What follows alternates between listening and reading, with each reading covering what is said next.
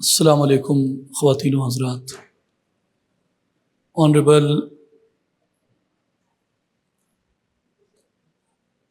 faculty members, honorable students, it is great honor for me to be here on this important day of 21st May, which is declared by United Nations as the International Day of Cultural Diversity and Dialogue.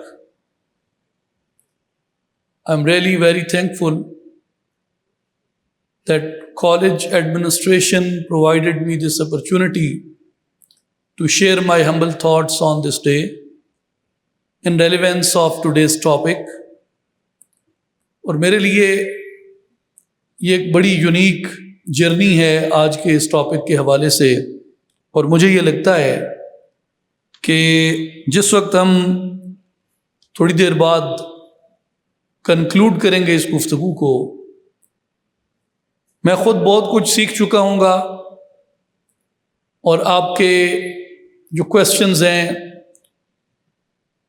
وہ بنیادی طور پہ میرے لیے اور جن لوگوں نے اس لیکچر کا انعقاد کیا ان کے لیے فروٹ فار تھاٹ ہوگا کہ آپ نے اس سے کیا سیکھا اپنے کلچر کے بارے میں، ڈائیورسٹی کے بارے میں اور ڈائیلاگ کے بارے میں. میں چند بنیادی چیزیں آپ سے عرض کروں گا کہ اگر آپ ایک ریلیجیس پرسپیکٹو سے دیکھیں تو ہم توحید میں یقین رکھتے ہیں، اللہ تعالیٰ کی وحدانیت پہ،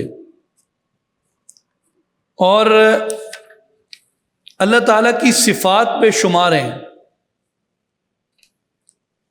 اس کی بے شمار صفات کے باوجود اس کی یکتائی، اس کی وحدت اور اس کی ونس کے اوپر کوئی فرق نہیں پڑتا. وہ واحد ہے، لا شریک ہے اور یکتا ہے. اللہ تعالیٰ نے انسانوں تک پیغام پہنچانے کے لیے according to many famous narrations narrated by many of the scholars, less or more 1,24,000 انبیاء اس دنیا میں آئے، مختلف ریجنز میں آئے، مختلف لینگویجز بولتے تھے، مختلف ٹائمز تھے ان کے، مختلف اراز تھے ان کے، مختلف چیلنجز تھے ان کے. اتنے تنوع اور اتنی ڈائیورسٹی کے باوجود ان کے پیغام کی وحدت میں کوئی فرق نہیں تھا. ان سب کا پیغام ایک ہی تھا، ایک اللہ کی بندگی، ایک اللہ کی عبادت، ایک اللہ پہ ایمان لانا. تو اس سے مجھے یہ اندازہ ہوا کہ بعض دفعہ کثرت وحدت کے خلاف نہیں ہوتی، اور کثرت شاید وحدت کی ضد نہیں ہوتی، بلکہ کثرت کے باوجود وحدت اپنی جگہ موجود رہتی ہے. جیسے صفات کی کثرت کے باوجود ذات ایک ہی ہے، جیسے انبیاء کی کثرت کے باوجود پیغام ایک ہی ہے، انسانوں میں ہر انسان کا ڈی این اے ڈفرینٹ ہے، آئی پرنٹ ڈفرینٹ ہے، فنگر پرنٹ ڈفرینٹ ہے، ایون آپ کی جو فیس ریکگنیشن ہے وہ ڈفرینٹ ہے، آپ کا جو سول پرنٹ ہے وہ ڈفرینٹ ہے، آپ کا جو تھاٹ پروسیس ہے وہ ڈفرینٹ ہے. کسی انسان کا فنگر پرنٹ دوسرے سے ملنا بہت مشکل بات ہے، ناممکن ہے. لیکن اتنی ڈائیورسٹی کے باوجود بھی انسانوں کے درمیان ایک وحدت ہے، انسانوں کے درمیان ایک جگہ ایسی ہے جہاں آ کے تمام انسان جڑتے ہیں، اور وہ مقام ہے جسے قرآن مجید بیان کرتا ہے کہ ہم نے تمہیں ایک ماں اور ایک باپ سے پیدا کیا، یعنی آدم اور حوا سے. ہمارے رنگوں کے باوجود، different colour of skin, different languages, یہ سب چیزیں ہمارے لیے ایک ڈائیورسٹی ضرور ہیں، لیکن ہمیں انسانی وحدت کے رشتے سے یہ کاٹتی نہیں ہیں۔ اور میں اس کی ایک آپ کو سمپلیفائڈ ایگزامپل جو دینا چاہتا ہوں، یہ اگر آپ سکرین پہ اسے دیکھ سکیں، ایک بلڈنگ سٹرکچر ہے، ایک ہی آرکیٹیکٹ ہے، ایک ہی مٹیریل سے مختلف کمرے بنے ہوئے ہیں، اور سب کمروں کا رنگ سفید ہے، لیکن ہر کمرے میں جو بلب ہے وہ مختلف رنگوں کے لگے ہوئے ہیں۔ ایک کمرے میں ریڈ لائٹ لگی ہے، دوسرے میں بلو ہے، تیسرے میں گرین ہے، چوتھے میں یلو ہے، پانچویں میں پرپل ہے۔ جو لائٹ ہے وہ روم کا کلر اپیرنٹلی دکھاتی ہے کہ چینج ہو گیا ہے، لیکن ریئلٹی میں تمام کمروں کا رنگ ایک ہی ہے اور وہ سفید ہے۔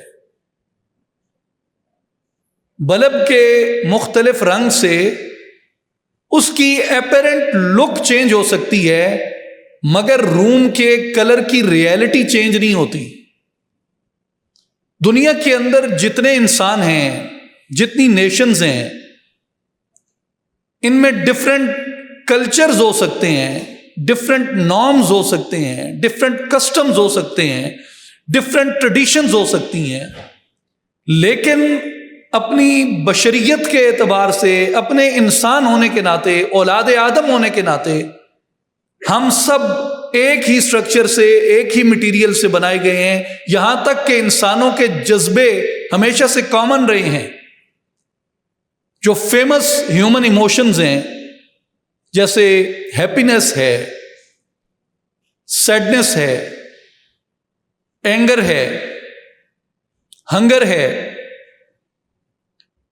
ریلیشن ہے، عزت کی خواہش ہے، ایک بڑے مقصد کی تلاش ہے، یہ سارے وہ کامن ایموشنز ہیں جو ایسٹ سے ویسٹ تک، نارتھ سے ساؤتھ تک ہر انسان کے درمیان کامنلی پائے جاتے ہیں۔ تو انسانوں کے درمیان اللہ تعالیٰ نے ایک وحدت رکھی ہے، اس لیے جو ہماری اپیرنٹ ڈائیورسٹی ہے وہ ہماری ریئلٹی کو چینج نہیں کرتی۔ مختلف رنگوں کے بلب ہونے کے باوجود بھی جو کمرے کا رنگ ہے وہ ایک ہی رہتا ہے۔ اس کے بعد آپ یہ دیکھیے کہ جو کلچر ہے، کلچر کیا ہوتا ہے؟ کلچر کوئی اس طرح کی ٹینجیبل تھنگ نہیں ہے جس کو آپ سائنس کے کسی آلے سے آپ اسے میئر کر سکیں۔ کلچر ایسی چیز بھی نہیں ہے جس کو آپ میوزیم کے اندر پریزرو کر سکیں۔ میوزیم میں کلچر کے اندر استعمال ہونے والی مختلف اشیاء ہوتی ہیں، کلچر اٹ سیلف میوزیم میں نہیں ہوتا۔ وہ علامتیں ہیں کلچر کو ریپرزینٹ کرنے والی۔ پھر کلچر کدھر ہے؟ لوگ کلچر ہوتے ہیں، لوگوں کی عادات کلچر ہوتی ہیں، لوگوں کی ہیبٹس اور نیچر کلچر ہوتی ہے، لوگوں کا کریکٹر کلچر ہوتا ہے۔ اس لیے ہم اس بات کو یوں کہیں گے کہ جو کلچر ہے وہ لوگ کلچر ہوتے ہیں۔ ہیبٹس بدلتی ہیں، پریورٹیز بدلتی ہیں، کلچر بدل جاتا ہے۔ کریکٹر بدلتے ہیں، کلچر بدل جاتا ہے۔ اچھی ہیبٹس آئیں گی، اچھی نیچر آئے گی، اچھا کریکٹر آئے گا، کلچر اعلیٰ تر کلچر ہو جائے گا۔ بری ہیبٹس آئیں گی، بری نیچر آئے گی، برا کریکٹر آئے گا، جو کلچر ہے آہستہ آہستہ وہ برائی کی طرف جانا شروع ہو جائے گا۔ کوئی نہ کوئی ایک کلچر ضرور رہتا ہے، وہ جس بھی فارم کے اندر موجود رہے۔ اس لیے فنڈامنٹل اس میں بات سمجھنے کی یہ ہے کہ لوگ کلچر ہوتے ہیں، آپ اور ہم کلچر ہیں، ہماری عادات کلچر ہیں، ہمارا کردار کلچر ہوتا ہے۔ اور کلچر کے ساتھ ایک چیز جو ان بلٹن ہے وہ ڈائلاگ ہے، کیونکہ جو تہذیب ہے وہ ایک جگہ سے دوسری جگہ ٹریول کرتی ہے، اپنا کلچر ساتھ لے کے جاتی ہے، تو لوگوں میں ہارمنی پیدا نہیں ہو سکتی کہ اس کی ہیبٹ کوئی اور ہے، دوسرے کلچر سے آنے والے کی ہیبٹ کچھ اور ہے۔ ہو سکتا ہے کہ ایک کے کلچر میں جو عزت کا معیار ہے دوسرے کے کلچر میں اسے انسلٹ سمجھا جاتا ہو۔ لینگویجز میں بہت سے الفاظ ایسے ہوتے ہیں کہ جو آپ ایک جگہ پہ وہ لینگویج استعمال کرتے ہیں، دوسری جگہ پہ آپ جب وہ لینگویج اس لینگویج کا وہ لفظ استعمال کرتے ہیں وہ پرابلمٹک ہو سکتا ہے۔ اس طرح کی کئی مثالیں بھری پڑی ہیں، اور اس پہ جو بڑا ایک مشہور ڈائلاگ ہمارے فیمس کامیڈین تھے عمر شریف، انہوں نے آئی تھنک کہ کسی انڈین شو میں دیا تھا، وہ میرے نزدیک کلاسک ایگزامپل ہے کلچرل ڈفرینس کی اور اسے انڈرسٹینڈ کرنے کی، کہ ایک کلچر میں بولے جانے والا، ایک زبان میں بولے جانے والا ایک لفظ دوسری زبان میں جا کے اپنی میننگ بالکل بدل لیتا ہے، اور اگر آپ اس کو اسی میننگ میں استعمال کریں وہ پرابلمٹک ہو جاتا ہے۔ اور عمر شریف نے اس میں جو وہ اپنے جو اس کا ڈائلاگ تھا اس میں جو اس نے ٹرم یوز کی تھی وہ استری تھا۔ تو ایک کلچر میں استری کا معنی کچھ اور ہے، دوسرے کلچر میں استری کا معنی بالکل بدل جاتا ہے۔ تو اس کے درمیان آپ کو جو چیز جوڑ کے رکھتی ہے، آپ ایک ہیومن سوسائٹی کے طور پہ آپ اگر آگے چل سکتے ہیں امن کے ساتھ، پیسفلی، رسپیکٹ کے ساتھ، آنر کے ساتھ، تو وہ ایک ہی چیز ہے، وہ انڈرسٹینڈنگ ہے، اور انڈرسٹینڈنگ آپ کو رسپیکٹ سے اور ڈائلاگ سے آتی ہے۔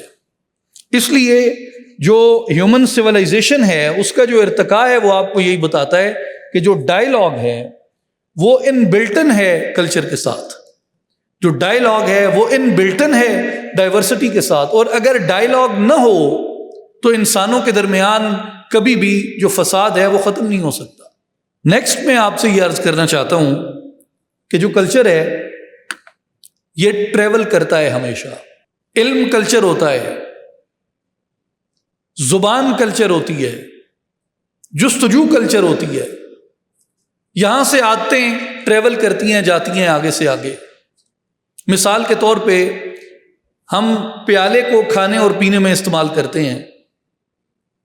جو پیالہ ہے خاص طور پہ جو ایک خاص مٹیریل سے بنا ہوا سیمنٹکس کا، اسے یونان سے درآمد کیا گیا۔ اب یہ وہ کلچر ہے جو ہمارے درمیان کئی صورتیں اپنا چکا ہے، وہ پیالے سے پیالی بن گئی، لیکن اس کا جو اوریجن ہے اکارڈنگ ٹو مینی آرکیالوجسٹس، پیالے کا اوریجن گریس ہے۔ جب الیگزینڈر نے ٹریول کیا ہے، پیالہ جو تھا گریس سے الیگزینڈر کے ساتھ اس نے ٹریول کیا ہے، اور جہاں جہاں وہ گیا ہے اس نے اپنی تہذیب کے جو اثرات چھوڑے ہیں، اپنے کلچر کے جو اثرات چھوڑے ہیں، ان میں وہ ایک تھا۔ اور گریس کے پاس یہ علم کہاں سے آیا؟ گریس نے ایجپٹ سے لیا تھا۔ ایجپٹ نے کہاں سے لیا؟ ایجپٹ نے انڈیا سے لیا تھا۔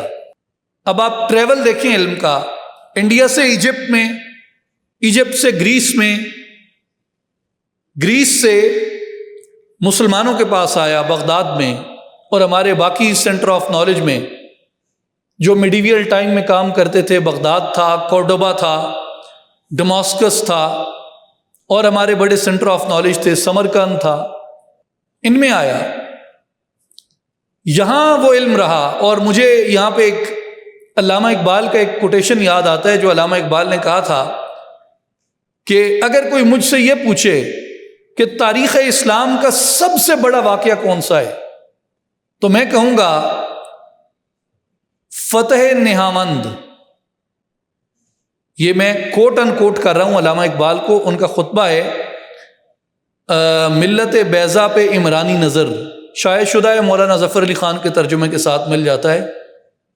اس میں اقبال نے کہا ہے کہ اگر کوئی مجھ سے پوچھے کہ اسلام کی تاریخ کا کون سا ایسا واقعہ ہے جس نے تہذیبی دھارا بدل دیا، تو میں کہوں گا نہاوند کی فتح، ایران کی فتح۔ اس کی وجہ کیا تھی؟ اس کی وجہ اقبال کہتے ہیں وجہ یہ تھی کہ دو تہذیبیں آپس میں ملی، دو تہذیبوں کا اشتراک ہوا، ایک عرب تہذیب اور دوسری ایرانی تہذیب، عرب جو تھے یہ عملیت پسند تھے، they were people of action، اور جو ایرانینز تھے they were people of thought۔ Iqbal کے نزدیک the combination of action and thought brought this shape of Islamic civilization, Islamic thought, Islamic culture. And this is evident through the history, even if you look through the lens of ilm al-hadith. Majority of the famous hadith scholars, they belong to Persia or the suburbs of Persia. Bukhari from Uzbekistan, Muslim from Nishapur, Iran, Tirmizi from Tirmiz, Uzbekistan, Nasai from Nasa, Turkmenistan, Abu Daud from Sijistan, current days Balochistan, Khuzdar۔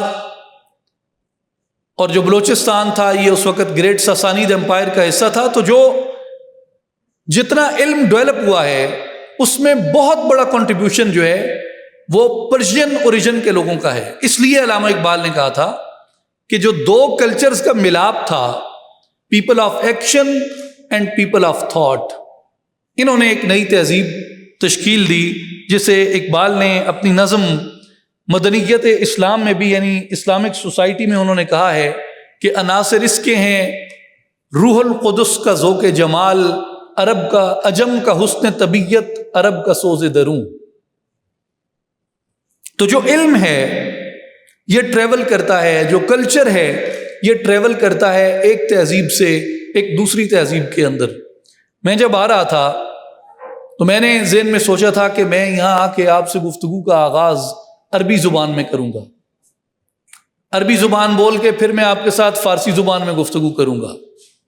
زبان فارسی را آموختم و بدانم، میں نے کہا اگر میں شروع کروں گا تو یہ تو میڈیکل کے اسٹوڈنٹس ہیں، یہ کہیں گے یار کدھر پھنس گئے۔ لیکن آپ یہ دیکھیں کہ کلچر کس طریقے سے چینج ہوا ان لاسٹ 2 centuries۔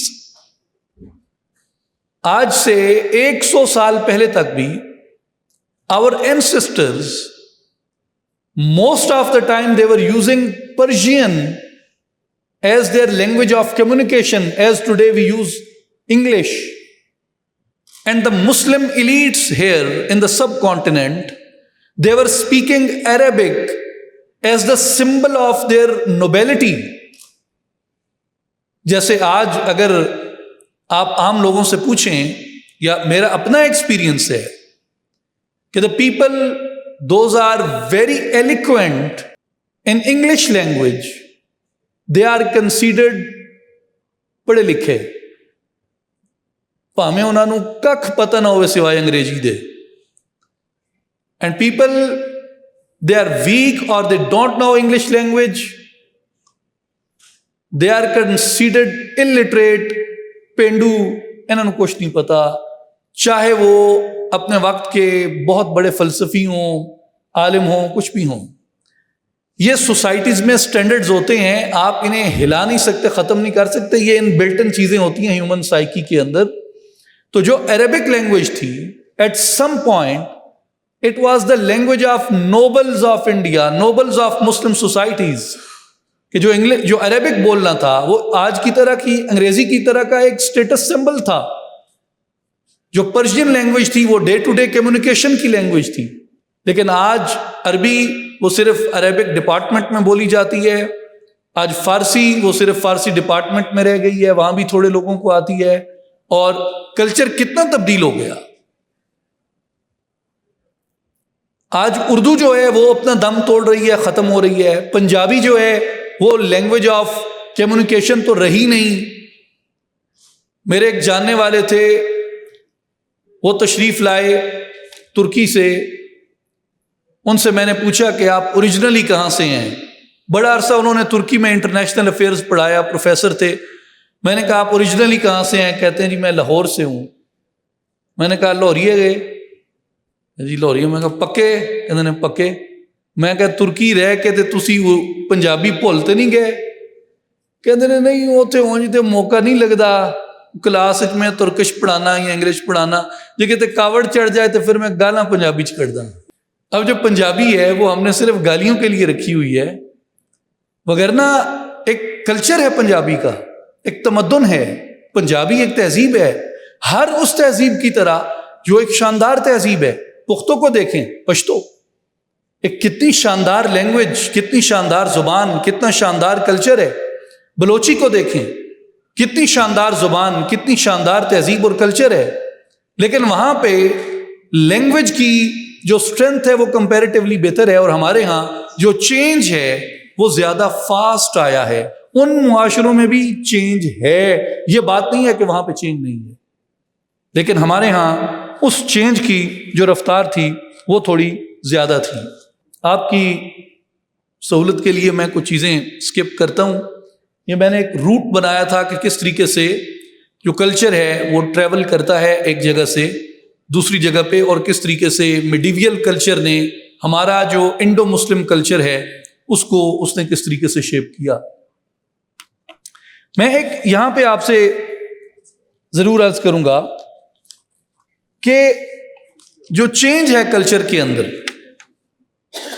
اس میں جو ٹیکنالوجی ہے وہ بڑا بنیادی کردار ادا کرتی ہے.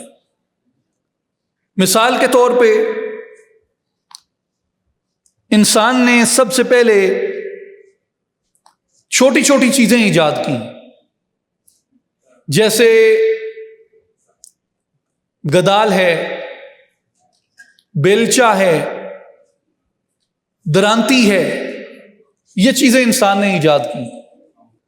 جو درانتی ہے، بیلچا ہے، یہ چیزیں انسان نے ایجاد کی. And how they reshaped human culture and society. اس کے نتیجے میں جو انسانوں کی زراعت تھی وہ تیز ہوئی. زراعت سے انسانوں نے پہیہ ایجاد کیا. پہیے کے ساتھ اور زراعت کے ساتھ جو اکانومی تھی اس نے زیادہ فلرش کیا، اور جو سوسائٹی تھی اس نے اپنی رفتار زیادہ کر لی. پھر آئرن ایج آتی ہے، پھر فلسفی کا ٹائم آتا ہے، میتھالوجی ختم ہوتی ہے، پراپر فلسفی آتی ہے. اور اس کے بعد قرون وسطیٰ میں یعنی میڈیویل ٹائمز میں سائنٹیفک ڈیولپمنٹس ہوتی ہیں اور بہت بڑی ایجادات ہوتی ہیں، اور دنیا تقریباً ایک نئے سانچے کے اندر ڈھل جاتی ہے. پھر جو بعد میں ایک بڑا انقلاب آیا وہ یورپ میں جو ماڈرن فلسفی اور سائنسز کا عروج ہوا، اور اس کے نتیجے میں انڈسٹریل ریولوشن آیا. بجلی ایجاد ہوئی، ٹیلی فون آ گئے، اور انجن ایجاد ہوا. اور وہ پہیہ جو صدیوں سے گھوڑے کے ساتھ، بیل کے ساتھ، گدھے کے ساتھ، خچر کے ساتھ کھینچا جاتا تھا، اس پہیے کے اوپر انجن لگ گیا. اب جو رفتار تھی تجارت کی، انسانوں کے ٹریول کرنے کی، اس کو آپ اندازہ لگا لیں کہ وہ کتنے ٹائم ملٹی پلائی ہو گئی جب وہ گھوڑے سے نکل کے، گدھے سے نکل کے وہ انجن کے اوپر آ گئی. یعنی جب وہ ہارس سے ہارس پاور کے اوپر آ گئی تو اس کی رفتار جو تھی وہ بہت زیادہ بڑھ گئی. کمیونیکیشن کی، کلچرل ڈائیورسٹی کی، ایک کلچر کے، ایک جگہ کے لوگوں کے دوسرے کلچر میں، دوسری جگہ کے لوگوں کے پاس جانے کے لیے. اور اس وقت جو سب سے بڑی ڈیولپمنٹس ہوئی ہیں وہ ڈیجیٹل میڈیا، کمپیوٹر سائنس اور آرٹیفیشل انٹیلیجنس، جنہوں نے ہیومن سوسائٹی کی نہ صرف جو اس کی ڈیولپمنٹ اور پروگرس ہے اس کو بڑھا دیا، بلکہ ہیومن سوسائٹی کے اندر جو کلچر کے ٹریول کرنے کی رفتار تھی اس کو ملٹیپلائی کر دیا. اور اس میں ایک جو حیران کن بات ہے وہ یہ ہے کہ پہلے یہ جو چینج ہوتا تھا یہ اتنا فاسٹ نہیں ہوتا تھا. ایک جنریشن دوسری جنریشن کے ساتھ کمفرٹیبل رہتی تھی. اس کی وجہ یہ ہے کہ ایک جنریشن جس انوائرمنٹ میں براٹ اپ ہوتی تھی اس سے اگلی جنریشن اسی انوائرمنٹ کے اندر براٹ اپ ہوتی تھی. لیکن پھر چینج آیا، اور چینج یہ آیا کہ black and white T V آیا، اخبار آیا، ریڈیو آیا. ایک جنریشن جو تھی، جو اس وقت موجود ہیں، جسے آپ جنریشن ایکس کہتے ہیں، جو 50s میں پیدا ہوئے اور تقریباً لیٹ 70s تک جو جنریشن چلتی ہے وہ ریڈیو کی جنریشن ہے، اخبار کی جنریشن ہے اور black and white T V کی جنریشن ہے۔ پھر 1970s کے بعد آلموسٹ 80s میں ایک دوسری جنریشن آتی ہے جو ملینیل ہے، جو coloured TV, landline telephone, بعد میں فیکس مشین اور لیٹر سٹیج کے اوپر ہلکا پھلکا کمپیوٹر اور سلو سپیڈ انٹرنیٹ آ گیا تھا، فلاپی کا زمانہ۔ اس کے بعد جین زی آیا۔ جین زی کی جو ٹیکنالوجی ہے جس میں جین زی براٹ اپ ہوئی ہے، اب جین زی جس ٹیکنالوجی سے براٹ اپ ہوئی ہے، ملینیل اس ٹیکنالوجی میں براٹ اپ نہیں ہوا، اور جس ٹیکنالوجی کے اندر ایکس براٹ اپ ہوا ہے اس کے اندر ملینیل براٹ اپ نہیں ہوا۔ تو ایک جنریشن کے مینز آف لرننگ اور تھے، دوسری جنریشن کے مینز آف لرننگ اور تھے، اور اب یہ جو تقریباً 3 جنریشنز ایک ہی کمرے کے اندر بیٹھی ہیں، ان سب کے مینز آف لرننگ ڈفرینٹ تھے۔ اس وقت جو الفا ہے جنریشن، وہ جینزی سے مختلف ٹیکنالوجی کو دیکھ رہی ہے، اس کو سیکھ رہی ہے۔ تو اتنا زیادہ گیپ جو تھا ہیومن اینتھروپولوجی کے اندر، ہیومن سائیکی کے اندر، جنریشنز کا اتنا بڑا گیپ کبھی نہیں تھا۔ اب یہ ایک فیملی ہے، ایک خاندان ہے۔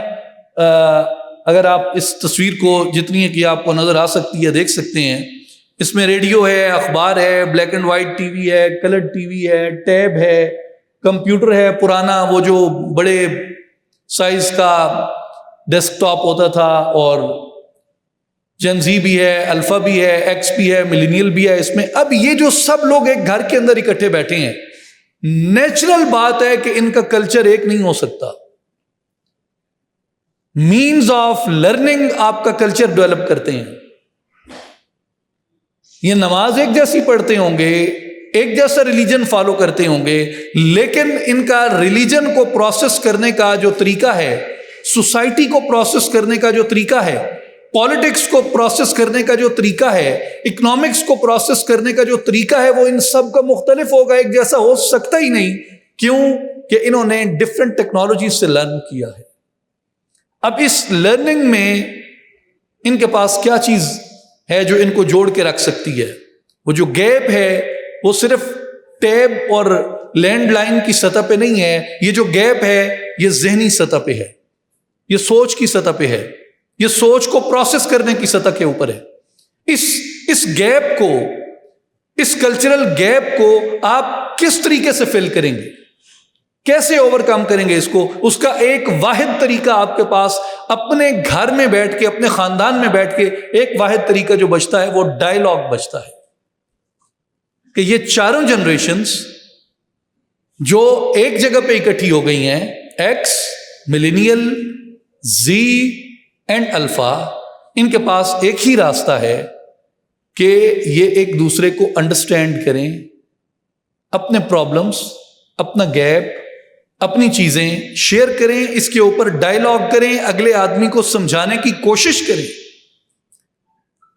میں اس طرح کی باتوں کو کوٹ نہیں کرتا، لیکن کسی نے کہا کہ یہ ویلیوز کو بدلتا ہے۔ مثال کے طور پہ شاید ایک جنریشن جو تھی اس کے نزدیک سب سے بڑی بات جو تھی وہ لائلٹی تھی، اس کے بعد جو جنریشن آتی ہے اس کے نزدیک سب سے بڑی بات جو تھی وہ اکنامکس تھی، فائنینسز تھیں، اس کے بعد جو جنریشن آتی ہے اس کے لیے سب سے بڑی بات اس کا مینٹل کمفرٹ ہے، ان کی آئیڈیاز کی میچنگ ہے کہ وہ میچ ہوتے ہیں یا نہیں ہوتے۔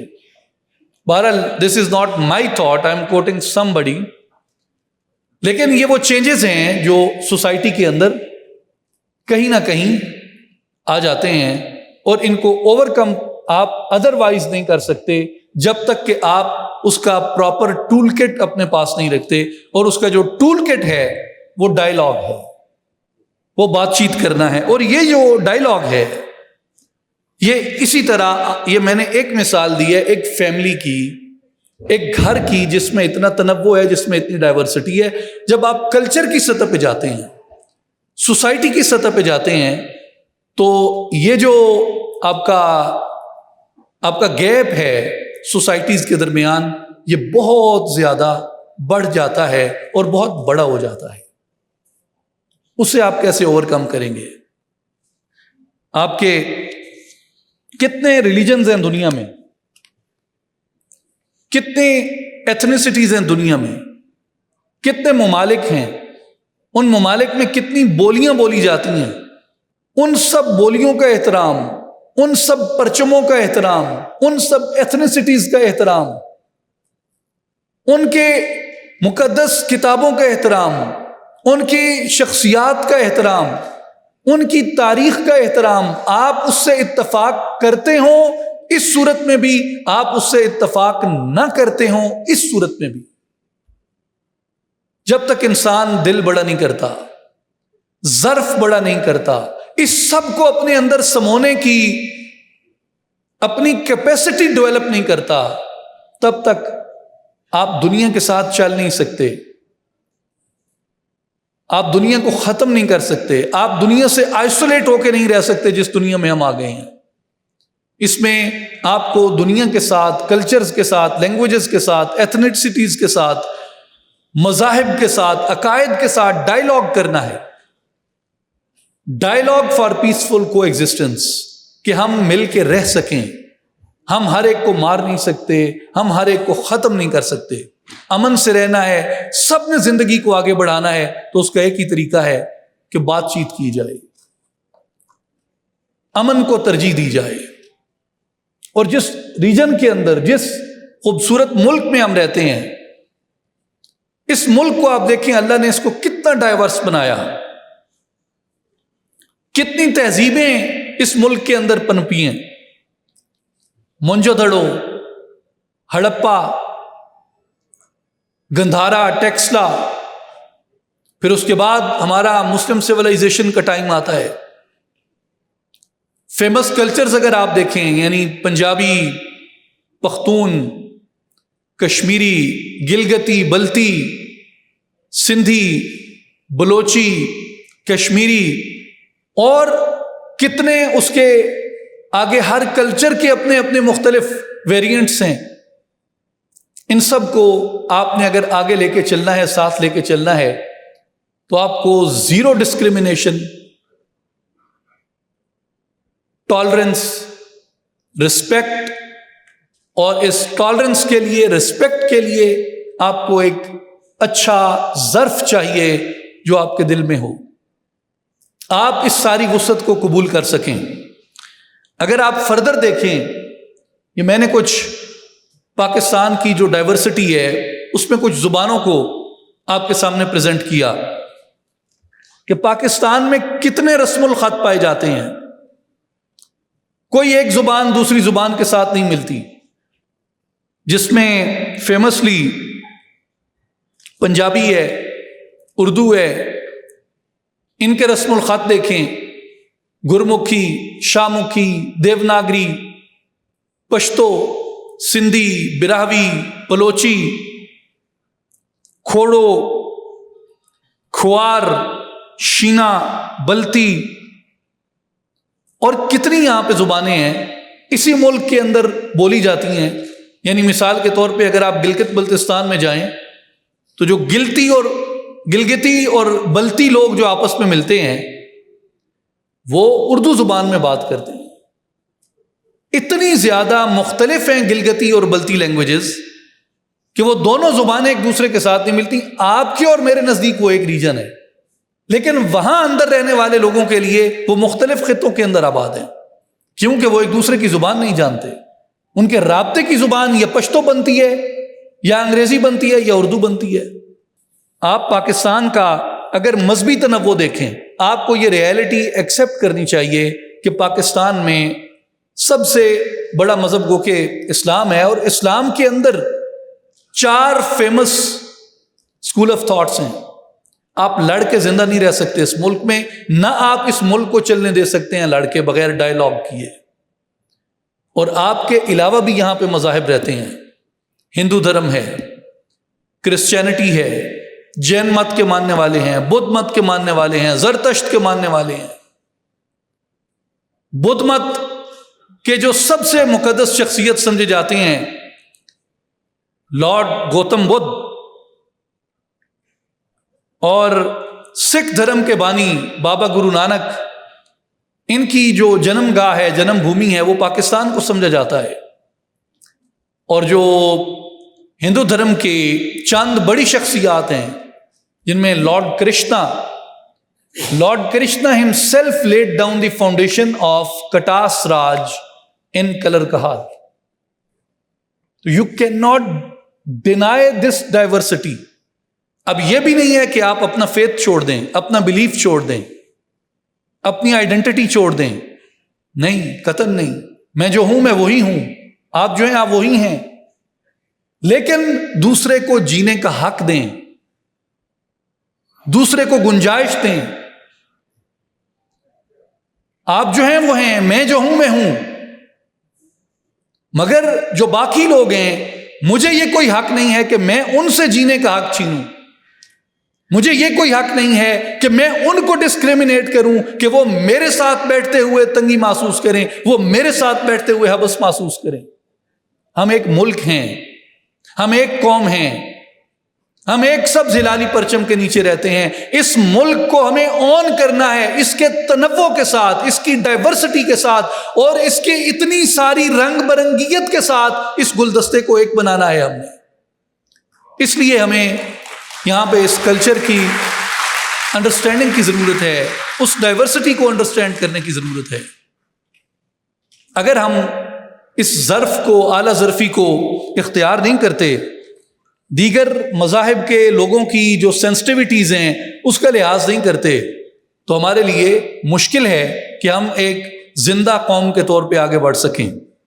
مختلف پکچرز میں نے AI سے جنریٹ کی جو ہماری لباس کی ڈائیورسٹی ہے پاکستان میں، مختلف کلچرل کلوتھنگ ہے، کلچرل ویئرنگز ہیں، اس کو یہ ریپرزینٹ کرتی ہیں۔ اور میں نے اس میں صرف ایک چیز آپ کو یہ دکھانی تھی کہ کوئی آدمی اٹھ کے یہ پن پوائنٹ کر کے بتا دے کہ فلاں ڈریس میں، فلاں لباس میں، فلاں ثقافت میں کوئی کمی ہے۔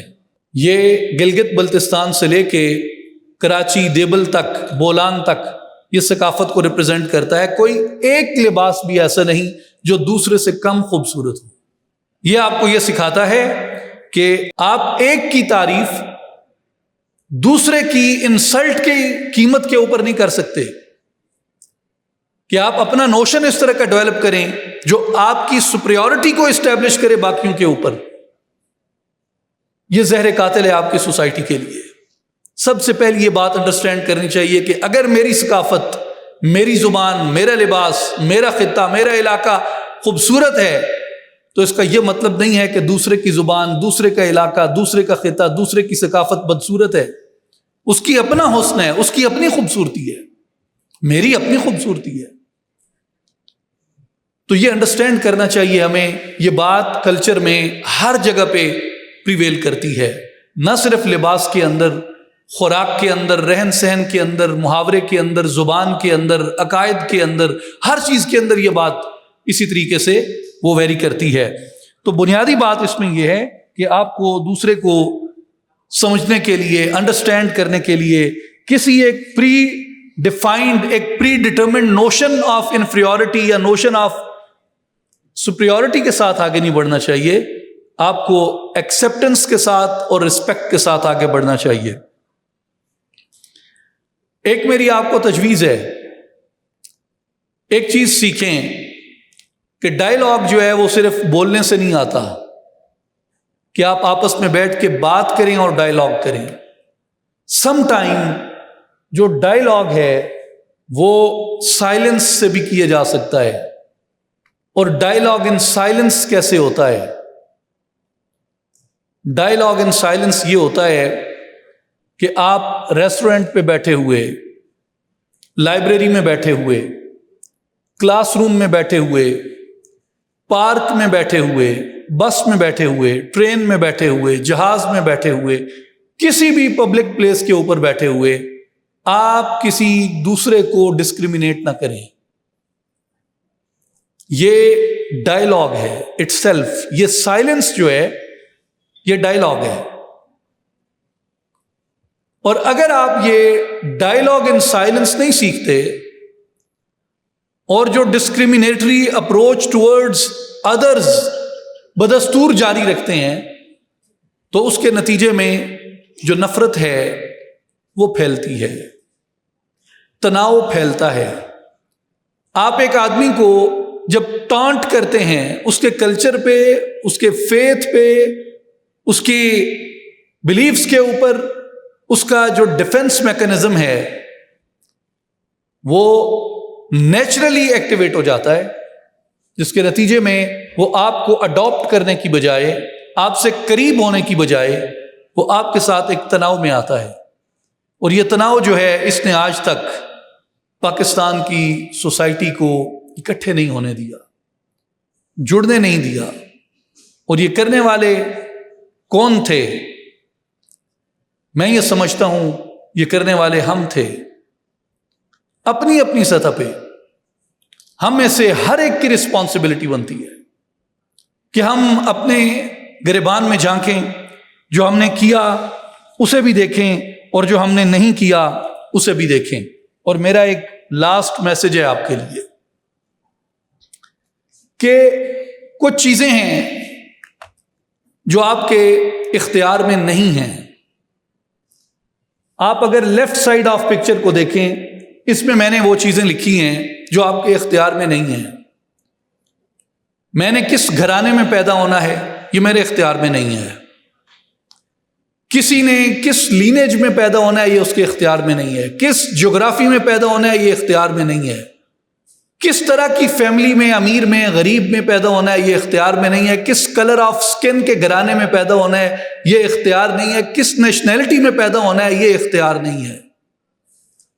اگر آپ رائٹ سائڈ آف پکچر دیکھیں تو آپ کو یہ پتہ چلے گا کچھ چیزیں ہیں جن میں آپ کو اختیار ہے.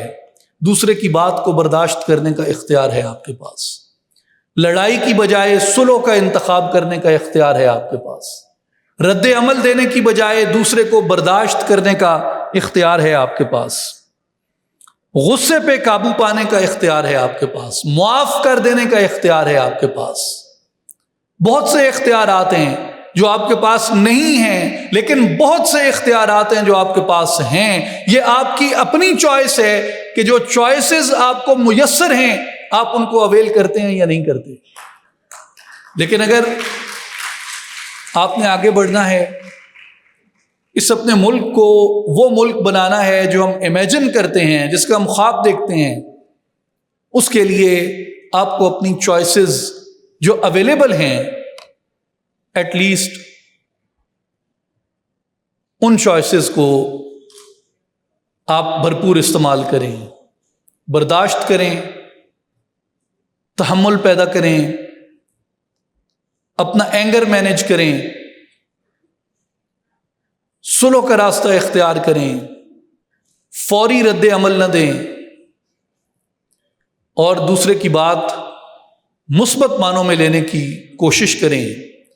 میرا خیال یہ ہے کہ ہماری سوسائٹی کے لیے اور ہمارے پیسفل کو ایگزسٹنس کے لیے یہ ایک وے فارورڈ ہو سکتا ہے جو ہم میں سے ہر ایک کو میسر ہے، جسے پرفارم کرنے کے لیے، یعنی جو ایکٹ آف فارگیونیس ہے، اسے پرفارم کرنے کے لیے آپ کو کسی سیاسی وابستگی کی ضرورت نہیں ہے. جو صلح جوئی ہے اسے اختیار کرنے کے لیے آپ کو کسی ادارے کی ضرورت نہیں ہے. صلح جوئی آپ کا اپنا اختیار ہے. معاف کرنا آپ کا اپنا اختیار ہے. برداشت کرنا آپ کی اپنی چوائس ہے. اور میں بہت شکر گزار ہوں تمام ایڈمنسٹریشن کا اور آپ تمام آنریبل اسٹوڈنٹس کا کہ آپ نے مجھے یہ موقع دیا کہ میں آپ کے ساتھ اپنی کچھ خیالات شیئر کر سکوں.